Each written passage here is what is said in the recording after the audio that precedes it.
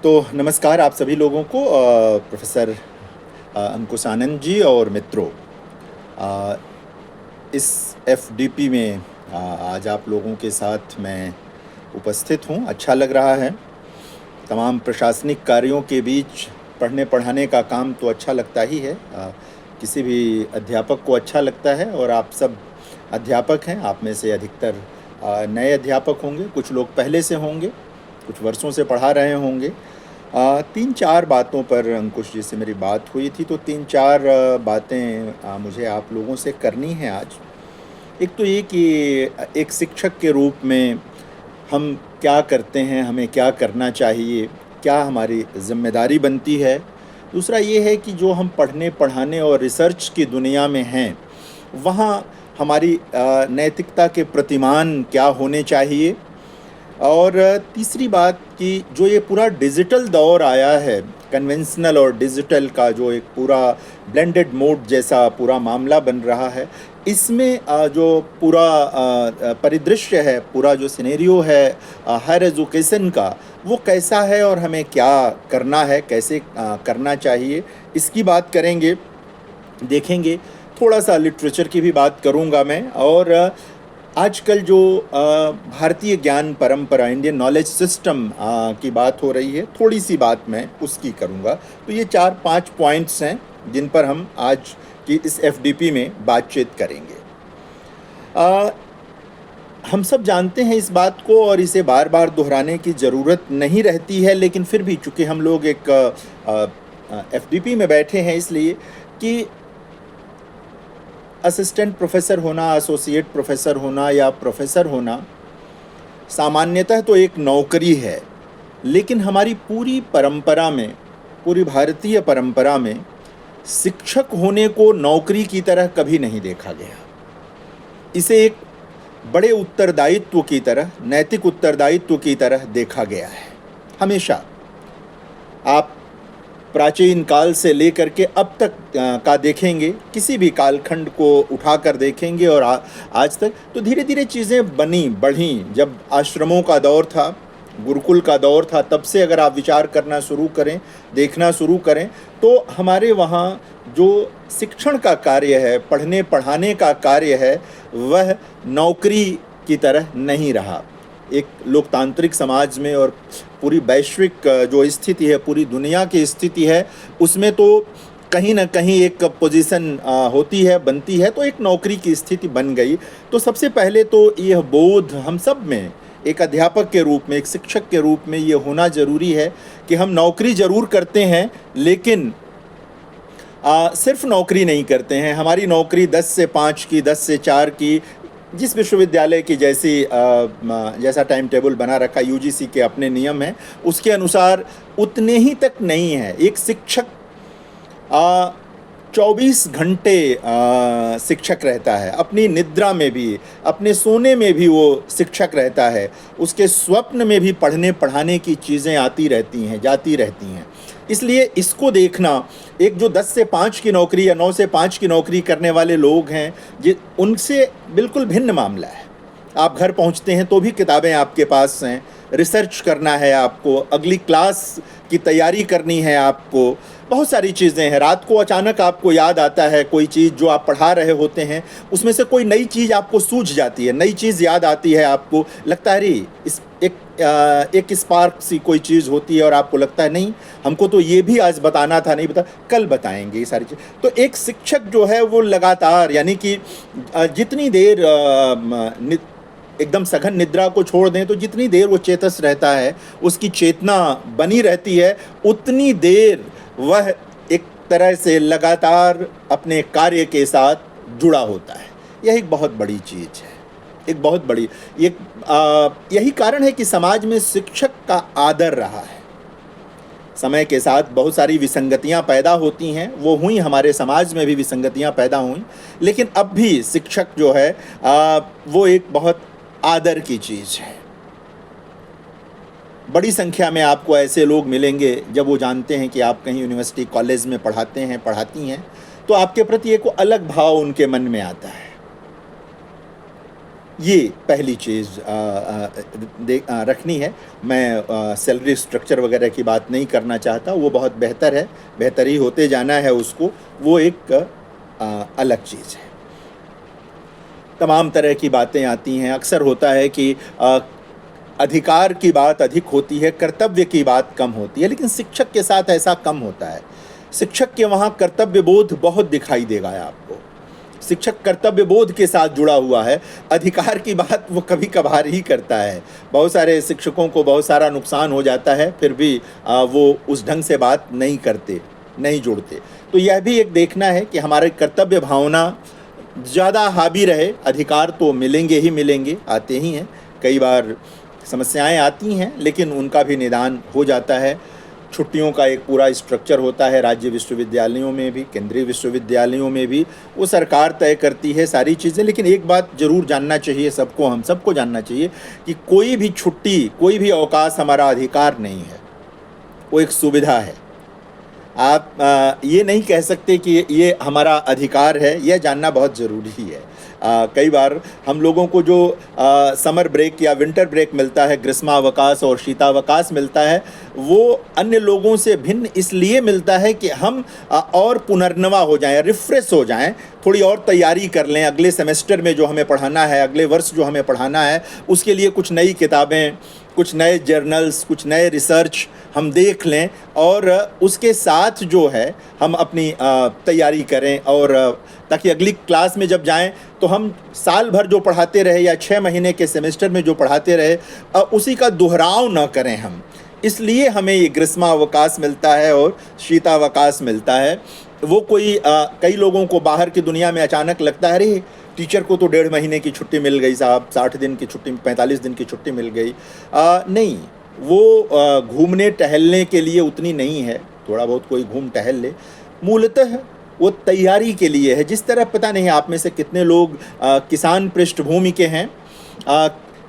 खेती जब की जाती थी और की जाती है बल्कि, तो कई बार एक फसल के बाद खेत को छोड़ दिया जाता है, उसमें कोई फसल नहीं उगाई जाती, फिर अगली फसल, उसको परती कहते हैं। हिंदी में एक उपन्यास है परती परिकथा, रेणुका। जो लोग लिटरेचर से हैं, वो भी, जो लोग खेती से जुड़े हैं, वो भी जानते हैं। तो वो जो 6 महीने एक फसल के लिए कोई फसल न उगाना, दरअसल उस मिट्टी की उर्वरा शक्ति को बढ़ाने के लिए वो किया जाता है, ताकि और उर्वर हो सके, अगली फसल और उन्नत हो सके। ये जो ग्रीष्मावकाश और शीतावकाश है, यह बेसिकली उसी तरह का अंतर है कि हम और अधिक उर्वर होकर के अगली कक्षाओं में उपस्थित हो सकें, आ सकें, पढ़ा सकें। इसलिए ये छुट्टी हमें दी जाती है। वो बिल्कुल इसलिए नहीं मिलती कि हम तमाम जगहों पर घूमने जाएं, तमाम चीज़ें कर लें उसी में थोड़ा बहुत, लेकिन ये सबसे महत्वपूर्ण चीज़ है। तो हमारा बोध कि अन्य नौकरियों से हम भिन्न किस्म की, अगर नौकरी शब्द का इस्तेमाल ही कर लें, तो हम भिन्न किस्म की नौकरी करते हैं। इसलिए हमारी जिम्मेदारी बिल्कुल अलग है समाज के प्रति, अपने विद्यार्थियों के प्रति तो होती ही होती है। वो शिक्षक बहुत अच्छे नहीं माने जाते कभी भी जो आए, क्लास पढ़ाए और चल दिए, जिनका संवाद लगातार नहीं बनता अपने विद्यार्थियों के साथ, वो कभी भी स्मृति में आने लायक अध्यापक नहीं बनते। उनकी कोई चीज़ याद नहीं रहती है। बाद के दिनों में भी आप अपने शिक्षकों को जब याद करते हैं, प्राइमरी से लेकर के हायर एजुकेशन तक, तो किन शिक्षकों को याद कर पाते हैं?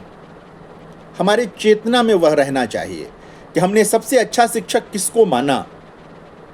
वो आदर्श हमारे सामने, जरूरी नहीं कि आप किसी और को आदर्श बनाएं, आप अपने ही जीवन से, अपने ही शिक्षकों में से किसी को अपने सामने मॉडल की तरह, रोल मॉडल की तरह रख सकते हैं कि वो जैसे आते थे, जिस तैयारी के साथ आते थे, जिस तरह पढ़ाते थे, विषय के साथ न्याय करते थे।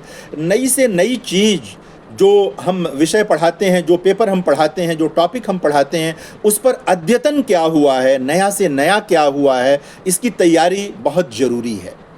अगर नहीं है, अगर आपने एक बार कुछ पॉइंट्स तैयार कर लिए, नोट्स तैयार कर लिए और 35 साल तक वही पढ़ाते रहे, 20 साल तक वही पढ़ाते रहे, कोई विद्यार्थी आपको याद नहीं करेगा। आपको तनख्वाह मिलती रहेगी, सब कुछ होता रहेगा, प्रमोशन भी मिल जाएगा, लेकिन जिसे शिक्षक कहते, देखिए ना, शिक्षक का मामला, गुरु शब्द जो है ना, वो बहुत बड़ा शब्द है।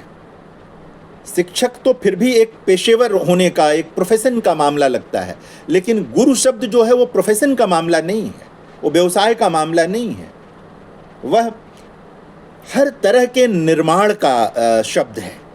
गुरु सृजन करता है अपने विद्यार्थी के भीतर नैतिक चेतना का, ज्ञान का, उसके भविष्य का, बहुत सारी चीज़ों का सृजन करता है वो।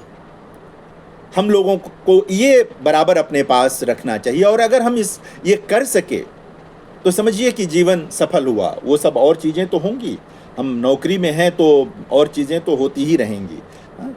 कई बार आजकल अक्सर ऐसा देखने को मिलता है, ये थोड़ा कठोर है लेकिन फिर भी, कि लोग सोचेंगे कि अच्छा हमको अभी 3 पेपर चाहिए, 5 पेपर चाहिए, 7 पेपर चाहिए, 10 पेपर चाहिए, यहाँ छपवा लो, वहाँ छपवा लो, कर लो, हो गया, एपीआई तैयार कर लिया, काम हो गया साहब, कोई नई चीज़ नहीं साहब, इससे कुछ बात बनती नहीं है। हम लोग बहुत प्रिविलेज्ड लोग हैं, हम लोगों को बहुत सारी चीज़ें मिली हुई हैं इस महादेश में, इस महान देश में। अगर आप देखेंगे तो हम लोगों के लिए सरकार जितना करती है, अन्य बहुत कम नौकरियां हैं जिनके लिए ये चीज़ें होती हैं, चाहे राज्य सरकारों की नौकरी हो या केंद्र सरकार की हो। न्याय एक बड़ा मसला है, हम लोगों को वो देखना होगा।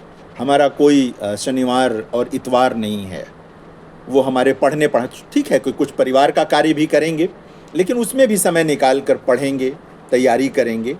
एक बात ये चीज़ करना है, एक नैतिकता शिक्षक में हमेशा होनी चाहिए कि जब आप पढ़ाएं और अपने से पूर्ववर्ती लोगों को उद्धृत करें तो ज़रूर नाम बताएं, करें, दूसरे की चीज़ों को अपना बना कर ना कहें, ना बताएं। एक विरासत चलती दिखनी चाहिए, परंपरा दिखती चलनी चाहिए। ये एक बहुत बड़ी चीज़ है। शोध की नैतिकता आजकल पढ़ाया जाता है, आप सब जानते हैं, जो लोग रिसर्च कराते हैं, करते हैं, एथिक्स का पूरा 2 क्रेडिट का पूरा जो है कोर्स करना पड़ता है आजकल पीएचडी के विद्यार्थियों को यूजीसी के नियम के तहत। तो उसमें वही चीज़ है कि हमको कैसे होना है, ये जानना कि हम कितना किसी से उद्धृत कर सकते हैं, कितना ले सकते हैं, न्याय क्या है, दूसरे की चीज़ों को अपने साथ ला रहे हैं तो उसकी पूरी प्रक्रिया क्या है, ये सब अपने भी रखना है हमें और अपने विद्यार्थियों को भी इसके लिए तैयार करना है। ये बहुत ज़रूरी है और रिसर्च तो बहुत अनिवार्य है। बहुत सारे लोग नौकरी में आने के बाद, जैसा मैंने कहा कि कुछ एपीआई इकट्ठा कर लिया, इधर उधर करके कुछ छपा लिया, उसके बाद कुछ भी नया पढ़ना, नया लिखना छोड़ देते हैं। हमें इसको रखने की ज़रूरत है कि नया पढ़ते रहिए अपने विषय में, और कई बार तो इंटरडिसिप्लिनरी भी होना ज़रूरी है। साइंस के लोगों को तो विशेष तौर पर सोशल साइंस के लोगों को और लिटरेचर के लोगों को तो विशेष तौर पर इंटरडिसिप्लिनरी होने की ज़रूरत है। आवाजाही ज़रूरी है, थोड़ा दर्शन शास्त्र पढ़िए, थोड़ा राजनीति विज्ञान पढ़िए, थोड़ा समाज विज्ञान पढ़िए, उनकी नई रिसर्चेस को जानिए, समाज में क्या हो रहा है, बड़े दार्शनिक हैं उनको पढ़िए, जानिए, तब देखिए कि कितना चीज़ें कितनी रवानी में आती चली जाएंगी जब हम एक शिक्षक के रूप में अपनी कक्षाओं में होंगे या कुछ नया लिख रहे होंगे या पढ़ रहे होंगे।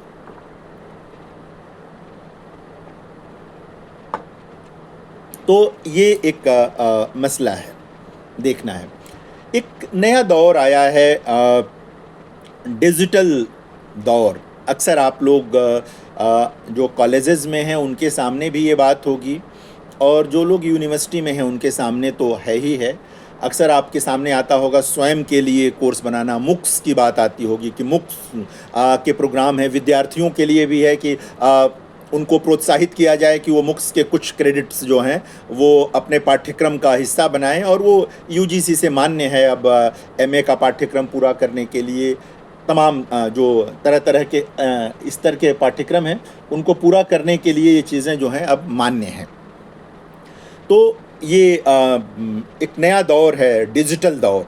सरकार डिजिटल यूनिवर्सिटी बनाने के बारे में लगातार प्रयासरत है। जो परंपरागत विश्वविद्यालय हैं वो भी इसमें काम कर रहे हैं। इंदिरा गांधी राष्ट्रीय मुक्त विश्वविद्यालय विशेष तौर पर इस ओर है। हम लोग 50 से अधिक हमारे जो प्रोग्राम्स हैं, मतलब मास्टर डिग्री, बैचलर डिग्री जिन्हें प्रोग्राम कहते हैं हम, वो ऑनलाइन माध्यम में भी हमारे पास हैं। ऑनलाइन माध्यम है, आप चाहे डिस्टेंस में कर लें या ऑनलाइन में कर लें, दोनों माध्यमों में यूजीसी ने किया है। तमाम कन्वेंशनल यूनिवर्सिटीज़ ऑनलाइन की ओर बढ़ रही हैं, आ रही हैं। मुक्स की बात अभी मैं कर रहा था कि स्वयं प्लेटफॉर्म के लिए आप में से भी हो सकता है कि बहुत सारे लोगों ने कुछ कोर्सेज तैयार किए हों मुक्स के पिछले दिनों। हो सकता है आप में से कुछ लोग हों जिनका कोई कोर्स स्वयं के प्लेटफॉर्म पर हो और विद्यार्थी उसको ले रहे हों देश भर के। और एक चीज़ हुई है इससे मुक्स में कि आपने हो सकता है कि जम्मू में बैठ के बनाया हो, कोचीन में बैठकर बनाया हो, मुंबई में बनाया हो, दिल्ली में बनाया हो, लेकिन आपके विद्यार्थी देश भर में हैं। उस पाठ्यक्रम को लेने वाले लखनऊ में किसी विश्वविद्यालय के विद्यार्थी हो सकते हैं, तमिलनाडु के किसी विश्वविद्यालय में हो सकते हैं, कर्नाटक के हो सकते हैं। एक अखिल भारतीय स्वरूप भी बना है, यानी कि आपने जो एक कोर्स तैयार किया मुक्स के तहत 4 क्रेडिट का एक जो कोर्स बनाया आपने, पता चला कि वह कोर्स अगर आप सिर्फ अपनी कक्षा में पढ़ा रहे होते तो सिर्फ आपके कुछ सेलेक्टेड चुने हुए विद्यार्थी जो आपकी क्लास में थे वही उससे लाभान्वित होते, लेकिन वो मुक्स देश भर के लिए खुल गया। आपकी प्रतिभा का या आपने जिन लोगों की मदद ली उसको बनाने में, जिनके लेक्चर रिकॉर्ड किए, जिनसे उसमें जिनको शामिल किया एक्सपर्ट के रूप में, उनकी विद्वत्ता का लाभ देश के कोने कोने में लोग लेने लगे हैं। पता नहीं आप में से कितने लोग इससे परिचित हैं या नहीं परिचित हैं। इंदिरा गांधी राष्ट्रीय मुक्त विश्वविद्यालय का ई ज्ञान कोर्स प्लेटफॉर्म है और मोबाइल में भी इग्नू ई कंटेंट करके हमारा एक ऐप है जिसमें इग्नू का सारा मटेरियल जो हम लोगों का स्टडी मटेरियल होता है सभी पाठ्यक्रमों का वहाँ उपलब्ध है और मुफ्त में उपलब्ध है कि देश का विदेश का कोई विद्यार्थी जो पढ़ना चाहता है उस विषय को वो उसे पढ़ ले, परेशान न हो। कोरोना के दिनों में हमारी स्टडी मटेरियल का उपयोग बड़े पैमाने पर हुआ और अब भी हो रहा है। तमाम शिक्षक इसका उपयोग करते हैं अलग अलग विश्वविद्यालयों में, विद्यार्थी तो करते ही करते हैं। ये एक डिजिटल दौर का, यानी कि वो स्टडी मटेरियल जो कभी हम सिर्फ कागज़ पर छापते थे और विद्यार्थियों को देते थे, उसे हमने जब डिजिटल फॉर्म में कर दिया तो वो कहीं भी सुलभ हो गया, इस मोबाइल में भी सुलभ हो गया। आपने रख लिया, डाउनलोड कर लिया, जहाज़ में बैठे हैं, ट्रेन में बैठे हैं, कार में बैठे हैं, बस में बैठे हैं, कहीं भी हैं, आपने उसको पढ़ना शुरू किया, आपके साथ है वो। किताब हो सकता है किताब उठाने में थोड़ा वज़न होता, दिक्कत होती, बैग में रखने का मसला होता, लेकिन मोबाइल तो आपके पास है, जो टैब है छोटा सा या लैपटॉप आपके पास है, वो आसान हुआ है। तो डिजिटल दौर को एक सकारात्मक ढंग से देखने की ज़रूरत है। इससे घबराने की ज़रूरत नहीं है कि ये हमें रिप्लेस करेगा। जैसे एआई को लेकर के बहुत सारे लोग चिंतित हैं कि एआई के आने से हो सकता है कि पढ़ने पढ़ाने की दुनिया में समस्याएं आ जाएं। ऐसा नहीं होगा, कभी नहीं होता। कंप्यूटर के आने से क्या समस्या हुई? एक समय लोगों को लग रहा था हो जाएगी, सुविधा बढ़ी हमारी। ईमेल के आने से हो सकता है, आप चिट्ठियाँ डाक में कम लोग डालते हैं, सरकारी चीज़ें ही आती जाती हैं, लेकिन यह तो हुआ कि ईमेल के नाते आपने इधर चिट्ठी लिखी और उधर पहुंच गई, आपने टाइप किया, पल भर में उधर गई, न प्रतीक्षा न कुछ। व्हाट्सएप आया, आपने पहले छोटे संदेश थे, अब तो बड़े बड़े संदेश आप लिख सकते हैं। पूरी चिट्ठी आप व्हाट्सएप पे लिख के डाल दीजिए। फॉर्म बदल गया, चिट्ठी अब भी है, अब कागज़ के बदले आपने उसे डिजिटल फॉर्म में एक तरह से उपलब्ध करा दिया, ऑनलाइन चीज़ों पे कर दिया, आपके गैजेट्स में वो चीज़ें हो गई और आप इसे वहाँ पर भी सेव कर सकते हैं, वहाँ भी सुरक्षित रख सकते हैं। एक समय भावुकता थी, बहुत सारी कविताएं लिखी गई, मैंने भी लिखी कि चिट्ठी के जाने के बाद क्या होगा, उस स्पर्श की बात, कि कागज़ में जो स्पर्श है, जो भावुकता है, जो चीज़ें हैं, होती हैं चीज़ें, कई बार जो आपके आंसू उस पर गिर पड़े या कुछ भी हुआ, ये सारी चीज़ें एक भावुकता बनी थी उसके साथ, वो चीज़ें अब भी हैं। ऐसा नहीं है कि ईमेल में आपकी भावुकता नहीं दिखेगी, ऐसा नहीं है कि व्हाट्सएप पर आपकी भावुकता नहीं दिखेगी, दिखेगी वहाँ भी। दौर बदलता है, चित्त भी बदल जाता है, जो हमारे मन की बनावट है वो भी बदलती है। नए दौर के जो बच्चे हैं आप देखें वो कितने सहज हैं इसके साथ, वो इन आधुनिक जो संसाधन हैं पढ़ने पढ़ाने के, जो गैजेट्स हैं, आप देखिए उनके साथ वो कितने सहज हैं। पिछली पीढ़ी के लोग भी जो सहज हो गए, उनके लिए चीज़ें बड़ी आसान हो गई हैं। तो ये जो डिजिटल दौर आया है हमारे पढ़ने पढ़ाने का, डिजिटल दौर ने दिया। देखिए ना, एक समय होता था जब हम लोग व्याख्यान देते थे, जैसे अभी मैं दे रहा हूँ, कोई इसमें पावर प्रेजेंटेशन नहीं है, कुछ नहीं है, एक तरह से ये ट्रेडिशनल लेक्चर का जो परंपरागत व्याख्यान की शैली है ये उसमें है। लेकिन डिजिटल दौर या ये जो पूरा तकनीक के विकास ने क्या किया कि आपके पास अब आप चाहें तो उसकी पूरा पावर प्रेजेंटेशन तैयार कर सकते हैं, पॉइंट वाइज चीज़ों को रख सकते हैं, दे सकते हैं। ये सब हुआ है। मुक्स जिसका मैं जिक्र कर रहा था, उसमें क्या होता है, एक शिक्षक वहाँ अपना लेक्चर दे रहे हैं, दे रही हैं, और उसके साथ साथ उनका चेहरा बहुत थोड़ी देर के लिए आता है, उसके साथ जो बोल रहे होते हैं वो लिखा हुआ आता रहता है, ताकि सुनने वाला पढ़ भी सके और अगर सेव कर ले तो बाद में भी उसको देख सके, कर सके। ये जो तकनीक का विकास है, इसने चीज़ें सरल की हैं, चीज़ें आसान की हैं हमारे लिए, बहुत आसान की हैं हमारे लिए। तो इससे बहुत घबराने की ज़रूरत, आप एक जाएं, मैं जैसे कह रहा हूं कि अगर तत्काल आपको स्वयं के प्लेटफॉर्म पर चले जाएं, आप देखें वहाँ कितने कोर्सेज पड़े हुए हैं। कोई कोर्स जिसमें आपकी रुचि है, आपने उसमें एडमिशन लिया और आप नई चीज़ सीखने लगते हैं। कई बार आप एक विषय के मतलब हम अध्यापक हैं, किसी न किसी विषय के अध्यापक हैं, लेकिन अचानक आपकी रुचि किसी दूसरे विषय में हुई, आप सारे पेपर नहीं पढ़ सकते, लेकिन किसी उसका एक पेपर आपने पढ़ लिया। फिजिक्स के टीचर हैं आप, आपकी रुचि मान लीजिए म्यूज़िक में आ गई, आपने मुक्स का कोई एक म्यूज़िक का कोर्स ले लिया और आप वहाँ पर उसके साथ आनंदित होंगे।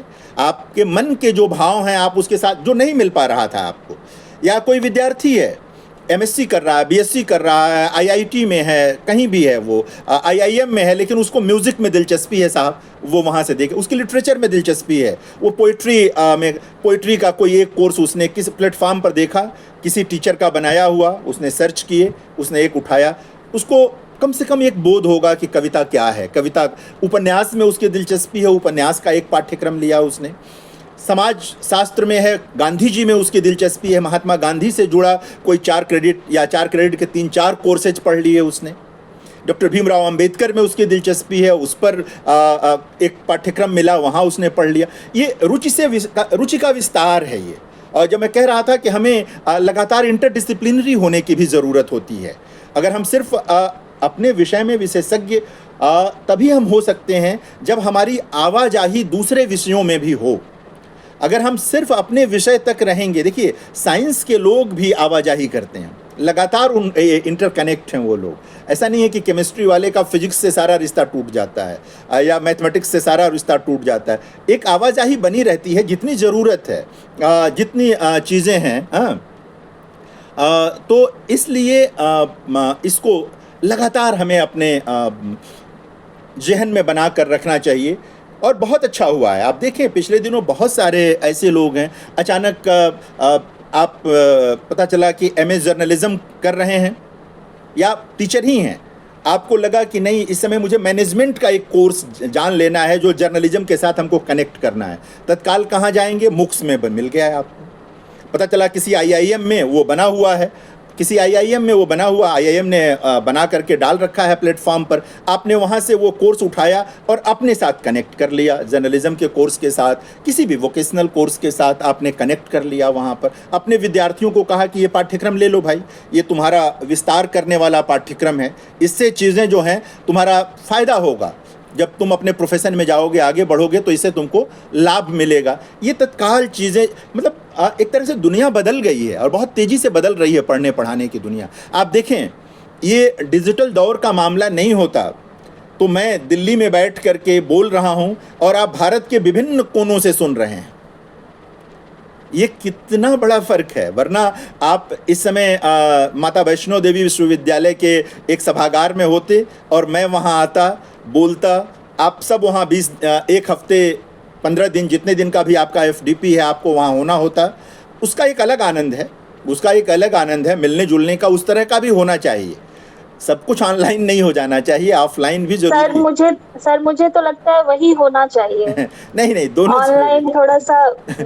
दोनों टफ है ज़रूरी है। सर। मैं कह रहा हूँ ना, दोनों ज़रूरी है। मिलना-मिलाना भी क्या है ना, दरस-परस हमारे वहाँ भाषा में कहते हैं कि दरस-परस, दरस माने दर्शन, परस माने स्पर्श, कि दिखना और स्पर्श मिलना भी ज़रूरी है। लेकिन चीज़ें जैसे कि आप अपने-अपने काम अपनी जगहों पर सुबह-शाम में रह रहे हैं, अपने परिवार के साथ भी हैं, अपने काम कर रहे हैं, और ये काम भी अगर बिल्कुल लगन के साथ बैठ जाएं तो ये काम भी हो जाएगा। मैं अभी 11:30 पर तुरंत अपनी फ़ाइलों के साथ बैठ जाऊंगा, 5 मिनट का भी वक्त नहीं लगेगा, मैं तुरंत उधर की तरफ स्विच कर जाऊंगा। ये एक दुनिया जो आसान हुई है, ये डिजिटल दौर ने आसान किया है। ये डिजिटल दौर ने आसान किया है और सुविधाएं बढ़ाई हैं, दुविधा नहीं बढ़ाई है हमारी, दुविधा नहीं बढ़ाई है। आप देखें, पहले हम बहुत सारी चीज़ें लिखते थे, अब भी कागज़ पर मैं लिखता हूँ, दोनों चीज़ों पर लिखता हूँ मैं सारी चीज़ें। लेकिन अब आसान है कि आपने अपनी कोई चीज़ लिखी, कोई आर्टिकल लिखा, कुछ लिखा, आपने अपने टैब में, लैपटॉप में, मोबाइल में किया या मेल में डाल लिया आपने टाइप करके, उसे कहीं भी आप खोल करके आप अपना काम कर सकते हैं। याद करने की ज़रूरत नहीं कि ये वाली किताब, ये वाली नोटबुक तो मेरी घर पे छूट गई यार, पॉइंट्स देखने थे, सारी चीज़ें थी, वो सब आपके पास एक आपने गूगल ड्राइव में फ़ाइल बना ली, डॉक्स में फ़ाइल बना ली, कहीं बना ली, वो चीज़ आपके साथ है, जुड़ी हुई है, और आप उसका उपयोग कहीं भी कर सकते हैं। तो ये जो चीज़ बदली है, इसको मुझे सरकार ने लगातार चैनल चलाए हैं, स्वयंप्रभा के चैनल हैं, हमारे पास भी हैं और कई जगहों पर हैं। आप देखिए, लगातार ह्यूमैनिटीज़ का है, सोशल साइंस का है, साइंस का है, टेक्नोलॉजी का है, और लगातार उस पे लेक्चर्स हैं और विशेषज्ञों के लेक्चर्स हैं।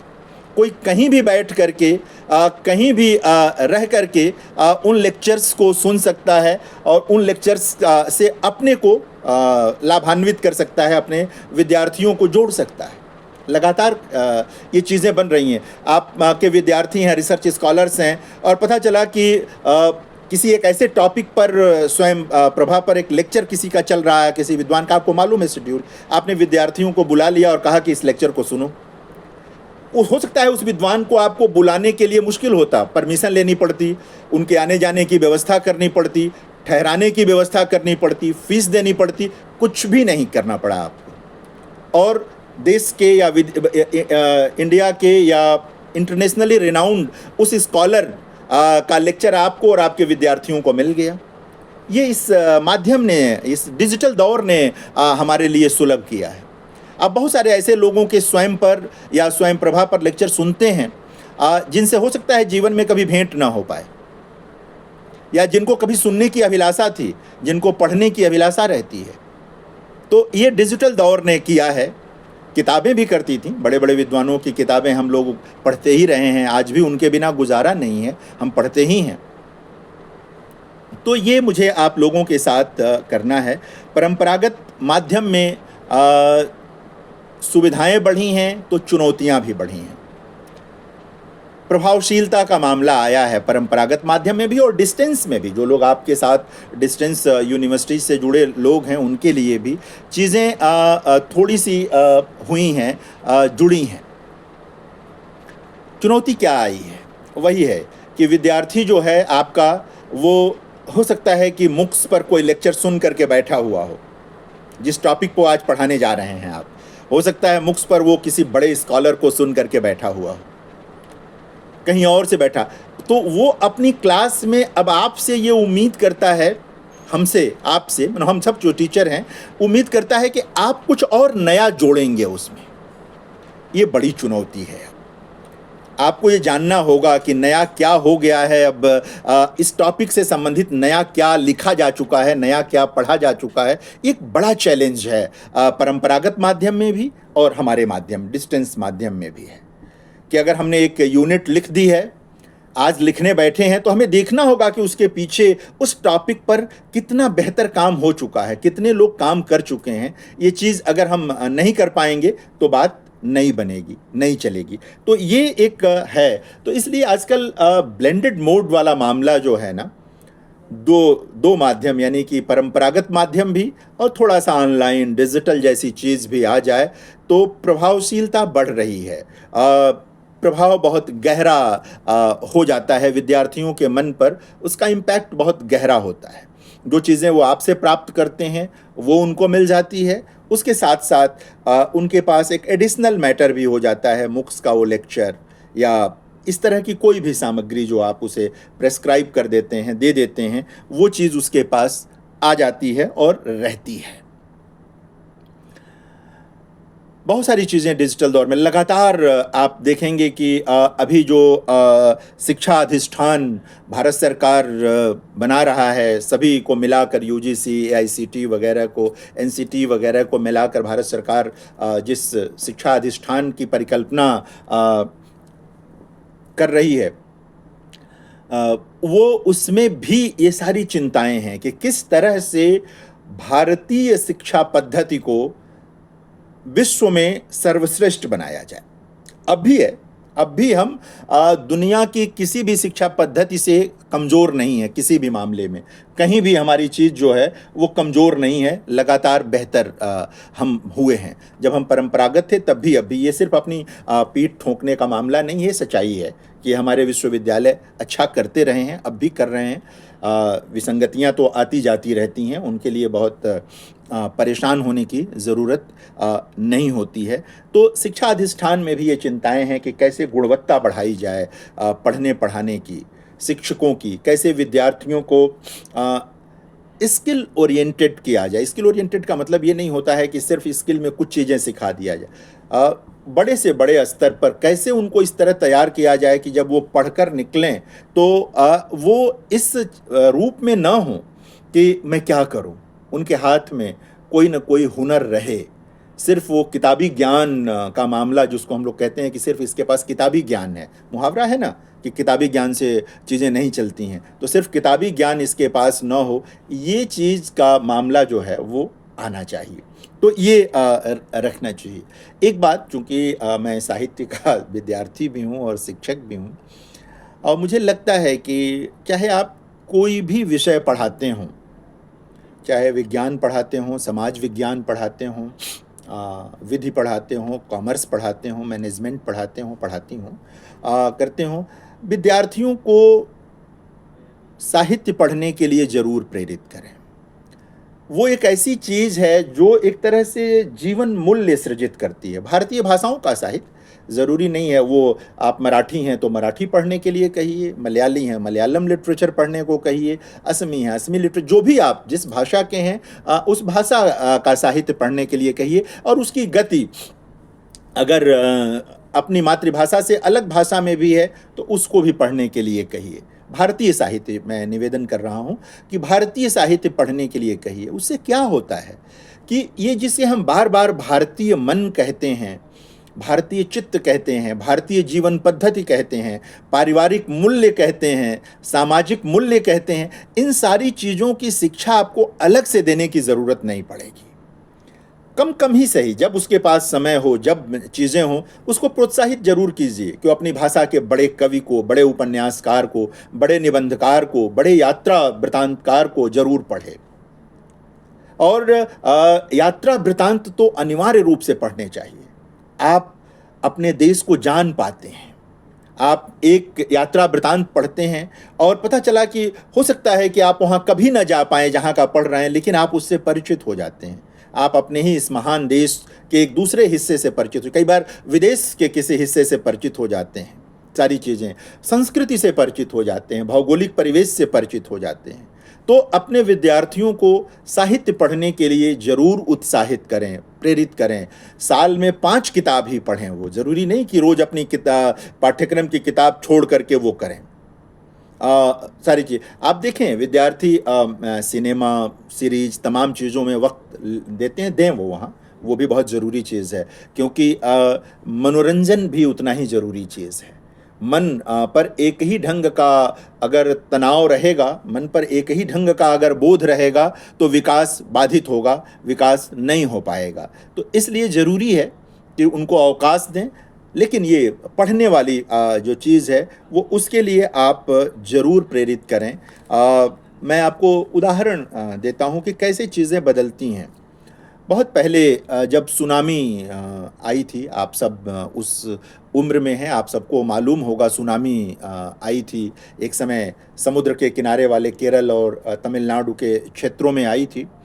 जिन लोगों ने मलयालम का उपन्यास चेम्मीन पढ़ रखा था, तक्षी शिवशंकर पिल्लई, जिन्हें तगड़ी भी बोलते हैं मलयाली लोग बहुत प्यार से, तो तक्षी शिवशंकर पिल्लई का चेम्मीन नाम का उपन्यास, हिंदी में मछुआरे नाम से उसका अनुवाद है, या वो फिल्म जो चेम्मीन नाम से बनी है, जिन लोगों ने देख रखी थी, उन लोगों ने उन लोगों के दुख को सबसे ज़्यादा महसूस किया, और जो मदद करने की स्थिति थी आगे आए।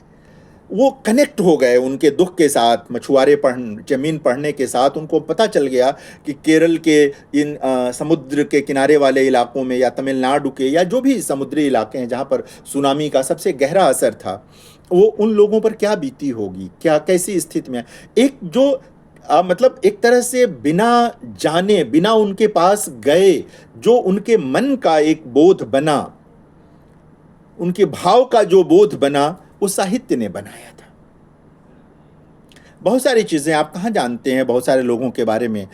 शिवाजी के बारे में आप कैसे जान पाते अगर साहित्य नहीं होता, इतिहास नहीं होता। तो आप देखें जो शिवाजी सामंत जैसे लोगों ने जो उपन्यास लिखे हैं, उनको पढ़ने की ज़रूरत है, देखने की ज़रूरत है।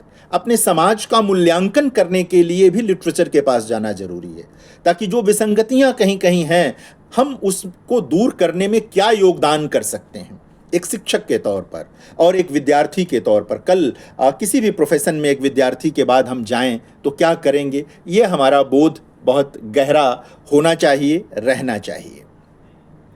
इसी के साथ कुछ बात जो मैं कह रहा था कि आप लोगों से भारतीय ज्ञान परंपरा की आजकल चर्चा है, और बहुत अच्छी बात है, होनी चाहिए थी। क्या है कि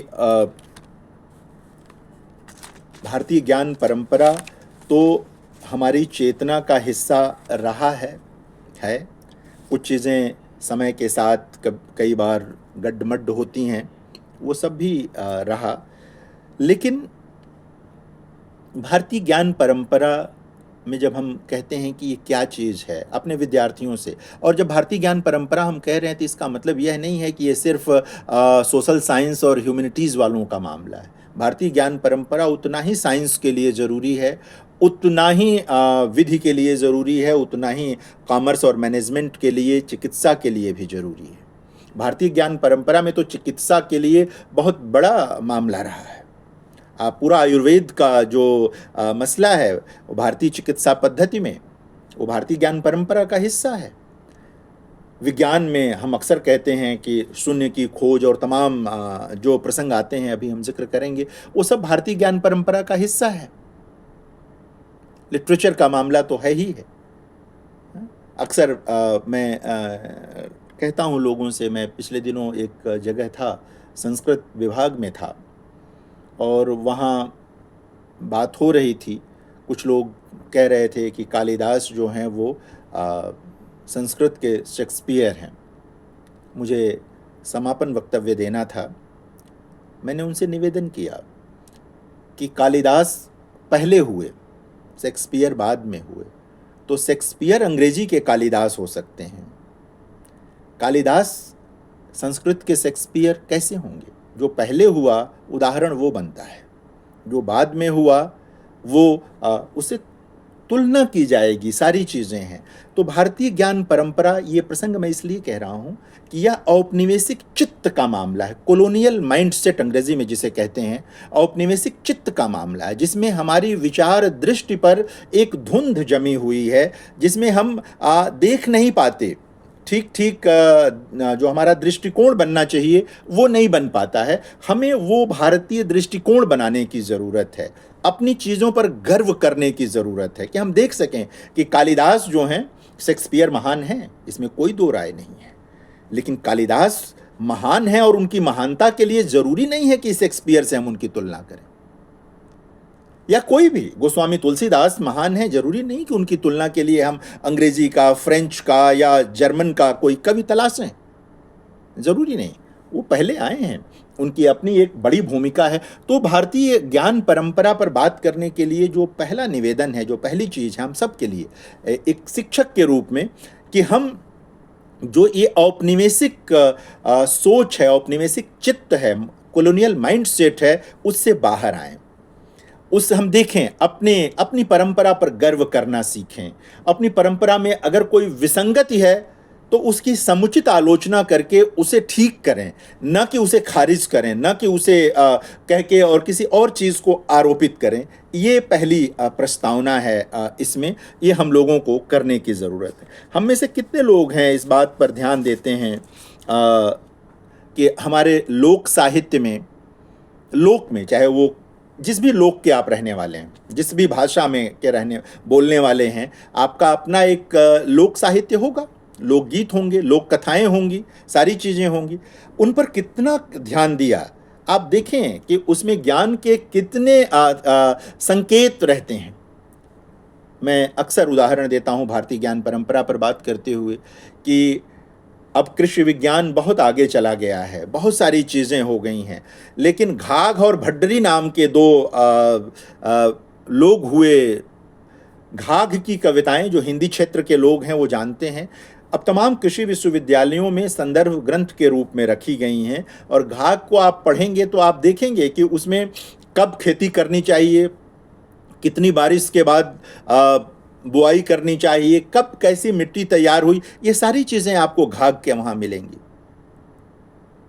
ये घाघ और भड्डरी मतलब एक तरह से कृषि वैज्ञानिक थे उस दौर के, जो कविता में अपनी बात कह रहे थे। और पुराने किसान क्या कहते हैं, 13 कार्तिक 3 आषाढ़ जैसे मुहावरे जो हैं आए, कि आषाढ़ में 3 दिन से ज़्यादा समय नहीं है कृषि के लिए, यानी कि अगर आपको अपनी बुआई करनी है तो आपके लिए वक्त बहुत कम रहता है आषाढ़ में, यानी बारिश के दिनों में। कार्तिक में आपके पास वक्त थोड़ा, 13 कार्तिक थोड़ी धूप लगनी होती है मिट्टी को, मिट्टी जब उस लायक तैयार हो जाएगी तब आप बीज डालेंगे तो होगा। ये सारी चीज़ें हमारी परंपरा में उपलब्ध थीं, हमने कभी उस पर ध्यान नहीं दिया, कभी गौर नहीं किया उस पर। बहुत सारी चीज़ें पश्चिम से आती गईं, हम लेते गए, कोई बुराई नहीं है। जब मैं कह रहा हूँ तो इसका कतई मतलब नहीं है कि पश्चिम से कोई चीज़ नहीं लेनी है, लेकिन सवाल ये है कि अपने को भुला करके नहीं करना है। जो अपनी चीज़ें हैं उनको विस्मृत करके ये काम नहीं करना है।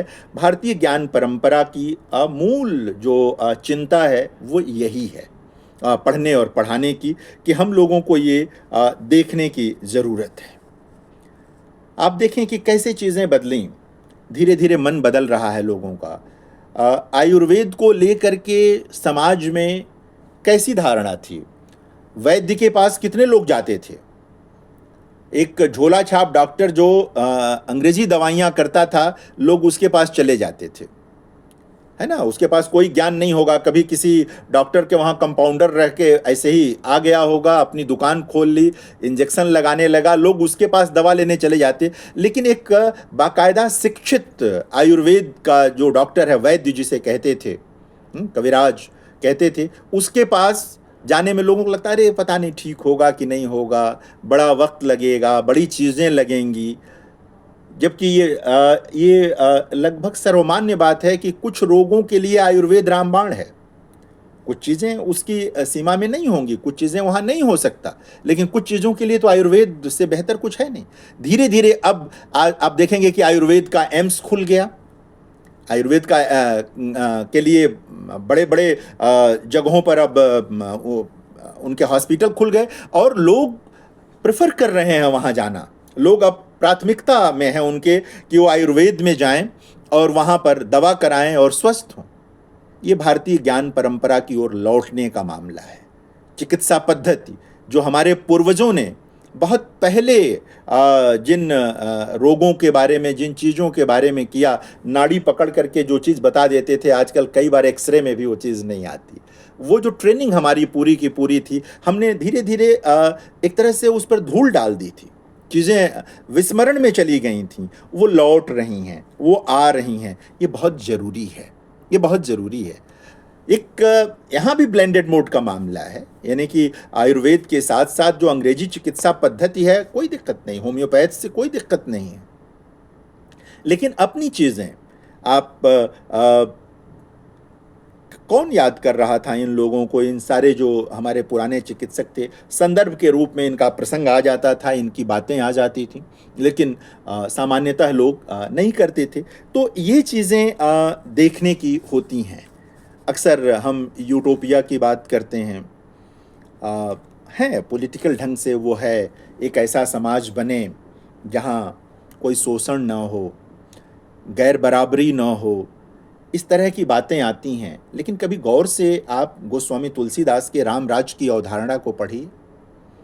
बाद में महात्मा गांधी जी उसी रामराज की अवधारणा का जो विकास कर रहे थे उसको पढ़िए, वो भी इसी समाज की परिकल्पना है।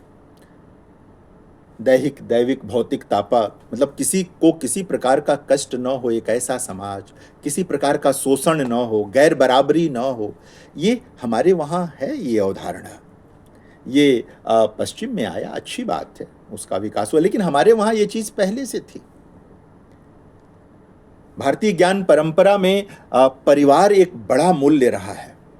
आजकल यूरोप में इसको लेकर बड़ी चिंता है कि परिवार टूट रहा है, परिवार बिखर रहा है, सारी चीज़ें। लेकिन हमारे वहाँ परिवार एक बड़ा मूल्य रहा है, बहुत बड़ा मूल्य रहा है।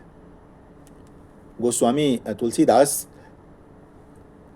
का रामचरितमानस तो इसका सबसे बड़ा ग्रंथ है एक तरह से, जहाँ परिवार से बड़ा कुछ भी नहीं, और परिवार के बाद समाज लगातार एक इंटरकनेक्ट है दूसरे से, एक संबद्धता बनी हुई है उनके साथ। एक को छोड़ेंगे तो दूसरा बिखर जाएगा। सबको साथ लेकर चलने की जो अभिलाषा है वो हमारी ज्ञान परंपरा में रही है। भारतीय ज्ञान परंपरा जो है वो काट कर देखने में विश्वास नहीं करती है, जोड़ कर देखने में विश्वास करती है। चीज़ों को जोड़ना है, विच्छिन्न नहीं करना है कि इससे काट के इसको देखो, इससे काट के इसको देखो, खाली थोड़ा सा हिस्सा जो अच्छा लग रहा है वो रख लो ना, सबको मिला करके लेकर चलना है। ये सारी जो अवधारणाएं हैं उसको देखने की ज़रूरत है। ठीक है कि अब इकोनॉमिक्स बहुत आगे चला गया, सारी चीज़ें बहुत आगे चली गई, सब कुछ है, लेकिन संपत्ति शास्त्र जैसी किताबें, चाणक्य की स्मृति, ये सारी चीज़ें बहुत ज़रूरी हैं। वो हमारे लिए प्रेरणा की तरह हैं, प्रेरणा की तरह है। जो हमारा पूरा गवर्नेंस है, बहुत सारी चीज़ें बदल गई, लेकिन गांधी जी के हिंद स्वराज की भूमिका है अभी, उसको देखना चाहिए, पढ़ना चाहिए। ज़रूरी नहीं है कि हिंद स्वराज की तरह ही पूरा गवर्नेंस, पूरी व्यवस्था चलने लगे, लेकिन एक विरासत के लिए देखने की ज़रूरत है, उसे छोड़ने की ज़रूरत नहीं है, छोड़ने की ज़रूरत नहीं। अगर हम छोड़ेंगे तो चीज़ बिखर जाएगी, समाप्त हो जाएगी। तो ये देखने की ज़रूरत है। लिटरेचर में तो बहुत सारे प्रसंग हैं भारतीय ज्ञान परंपरा के, मैं उसको नहीं ले जाना चाहता। बाद के दिनों में आपने देखा होगा, हिंदी में है, अन्य भाषाओं में भी होगा, महाभारत को नए ढंग से प्रस्तुत किया गया। टेलीविज़न पर तो आप लोगों ने देखा ही, रामायण को प्रस्तुत किया गया। ये सारी चीज़ें सिर्फ इसलिए नहीं हैं कि ये हमारे वहाँ हुई, ये इसलिए हैं कि हम अपनी विरासत को समझ सकें, अपने वर्तमान को बना सकें और अपने भविष्य को बनाएं। अगर हम अपनी जड़ों को याद नहीं रखेंगे तो विकास संभव नहीं होगा। याद रखिए कि सिर्फ भौतिक विकास से कोई समाज उन्नत नहीं होता है। भौतिक विकास अनिवार्य है, लेकिन उससे भी अनिवार्य है मन का विकास, समाज और संस्कृति का विकास। हमारे और आपके संबंधों में जो समरसता है उसका विकास। हम जुड़ें, जब हम बात करें तो ये तीसरा आदमी जब सुने किसी और देश का, हम 5 लोग बोलें, अलग अलग ढंग से बोलें, लेकिन कोई बाहर का व्यक्ति, दूसरे देश का व्यक्ति सुने तो वो कहे कि ये सारे भारतीय मन बोल रहे हैं। इनके चित्त और चिंतन में एक दिशा है जो भारतीय दर्शन से निकली है, वो सांख्य से निकली हो, वैशेषिक से निकली हो, योग से निकली हो। आप देखें ना, भारतीय ज्ञान परंपरा का कितना बड़ा मामला, पूरी दुनिया अब योग के पीछे पागल है, लेकिन जो योग का दर्शन है वो तो भारत में हुआ। आप दर्शन शास्त्र के, अगर आप में से जो शिक्षक होंगे वो जानते होंगे, और अब तो बहुत सारे लोग जानते हैं, योग का दर्शन ही भारत में विकसित हुआ, उसकी प्रैक्टिस भारत में विकसित हुई, लेकिन हम ही लोग धीरे धीरे धीरे धीरे उसे भूलने लगे। भला हो कि नए दौर में वो सारी चीज़ें फिर से आई हैं। लोग दर्शन भले ही न पढ़ रहे हों, पतंजलि को भले ही न पढ़ रहे हों, लेकिन कम से कम प्रैक्टिस में तो योग आ गया। जीवन लोगों का ठीक होने लगा है, लोग स्वस्थ होने लगे हैं, तमाम तरह की जो व्याधियां शारीरिक हैं, जड़ताएं हैं, वो टूटने लगी हैं। ये भारतीय ज्ञान परंपरा ने दिया, कहीं और जाने की ज़रूरत नहीं थी, किसी और से पूछने की ज़रूरत नहीं थी। दुनिया भर ने हमसे ये चीज़ ली। आप में से कुछ लोगों को पता होगा कि जो लोग समाज विज्ञान के विद्यार्थी होंगे और साहित्य के, वो उत्तर आधुनिकता से, पोस्ट मॉडर्निज्म से परिचित होंगे। उसकी अवधारणा में बौद्ध दर्शन के शून्यवाद और विज्ञानवाद की भूमिका है। ये उत्तर आधुनिकता के जो विचारक हैं उन लोगों ने स्वीकार किया है। हम लोगों के लिए तो बौद्ध दर्शन या इस तरह का कोई भी है, वो एक आचरण की चीज़ रही है, लेकिन उससे ज्ञान के नए अनुशासन खुल सकते हैं, इस पर हम लोगों ने विचार नहीं किया। पश्चिम के लोगों ने विचार किया, सीखा और खैर आभार भी व्यक्त किया। ये एक अच्छी चीज़ है। निवेदन मेरा यह है मित्रों कि हमें अपनी परंपरा पर विचार करते हुए सिर्फ यह नहीं देखना चाहिए कि ये इतिहास है, नहीं, वह इतिहास हमारा वर्तमान बदल सकता है, हमारे भविष्य की एक नई रूपरेखा रख सकता है, उसको हम नए ढंग से जोड़ सकते हैं। विज्ञान को और कलाओं को साथ लेकर चला जा सकता है। इनको एक दूसरे के विलोम के रूप में, विरोधी के रूप में जानने की ज़रूरत नहीं है। ये मान लेना कि ये साहित्य का विद्यार्थी है, इसका विज्ञान से क्या लेना देना, ये विज्ञान का विद्यार्थी है, इसका साहित्य से, कला से, संगीत से क्या लेना, ये समझ बहुत खोखली है। इसको नए दौर में बदलना है। राष्ट्रीय शिक्षा नीति यही कर रही है। जो नेशनल एजुकेशन पॉलिसी है 2020 की, उसका पूरा फोकस यही इसी पर है कि हम पूरे व्यक्तित्व को तैयार करें। इसीलिए मेजर माइनर जैसी अवधारणाएं आ गई हैं आपके पाठ्यक्रम में कि आप आवाजाही करें। आप मेजर में फिजिक्स पढ़ें, माइनर में कोई और कला का विषय पढ़ लें, विधि का विषय पढ़ लें, जिसमें आपकी रुचि हो उसको पढ़ लें। एक संपूर्ण विकास हो, एक लगातार आवाजाही, कनेक्शन बने। ये राष्ट्रीय शिक्षा नीति का बल है। क्रेडिट ट्रांसफ़र, एक पाठ्यक्रमों में एग्जिट और का मामला कि जब आप चाहें जा सकें और जब चाहें आप फिर से आ सकें, प्रवेश ले सकें। ये जो पॉलिसी आई राष्ट्रीय शिक्षा नीति के साथ कि 1 वर्ष पढ़ने के बाद आप चले गए तो फिर आप लौट सकते हैं, एक निश्चित अवधि के भीतर आकर अपना पाठ्यक्रम पूरा कर सकते। 2 वर्ष के बाद गए तो भी लौट सकते हैं अगर आप ग्रेजुएशन में हैं, और अगर आप पीजी में हैं तो 1-2 वर्ष का है, आप 1 वर्ष के बाद गए, निश्चित अवधि के बाद लौटिए, अपना क्रेडिट आपका जमा है और कर लीजिए। नहीं गए तो आपको एक डिप्लोमा मिल गया उसके साथ। पहले क्या होता था कि बीए प्रथम वर्ष आपने कर लिया, द्वितीय तृतीय वर्ष नहीं कर पाए तो आपके पास कोई डिग्री नहीं होती थी, कोई चीज़। अब कम से कम सर्टिफिकेट एक होगा आपके पास। थोड़ा और आगे बढ़ेंगे तो डिप्लोमा होगा आपके पास, आगे बढ़ेंगे तो ग्रेजुएशन की डिग्री होगी, उसके आगे बढ़ेंगे तो रिसर्च के साथ डिग्री होगी आपके पास। इसी तरह पीजी स्तर का मामला है तो राष्ट्रीय शिक्षा नीति ने ये व्यवस्था की है कि जितना आप पढ़ें उसका कुछ तो आपके पास रहना चाहिए। कभी आप उदास होकर ये ना कहें कि हम तो इतना पढ़े लेकिन हमारे पास कोई अब डिग्री नहीं, कोई सर्टिफिकेट नहीं। तो ये चिंता बनी और ये चीज़ निकल कर आई है। बहुत सारी चीज़ें राष्ट्रीय शिक्षा नीति के बाद बदल रही हैं। विश्वविद्यालयों में आप लोग भी अपनी अपनी जगहों पर पाठ्यक्रम बना रहे होंगे, उसका हिस्सा होंगे, नहीं हिस्सा होंगे तो बने हुए पाठ्यक्रम को पढ़ा रहे होंगे, देख रहे होंगे। तो ये सब चीज़ें बदल रही हैं। हम लोग अंतर्राष्ट्रीय स्तर पर ये पढ़ने पढ़ाने की चुनौतियां हैं जिन्हें स्वीकार कर रहे हैं, और शिक्षक के रूप में ये हमें करना ही होगा। मुझे लगता है कि मैं अपना व्याख्यान यहाँ रोकता हूँ और बातचीत हम लोग कर सकते हैं। धन्यवाद।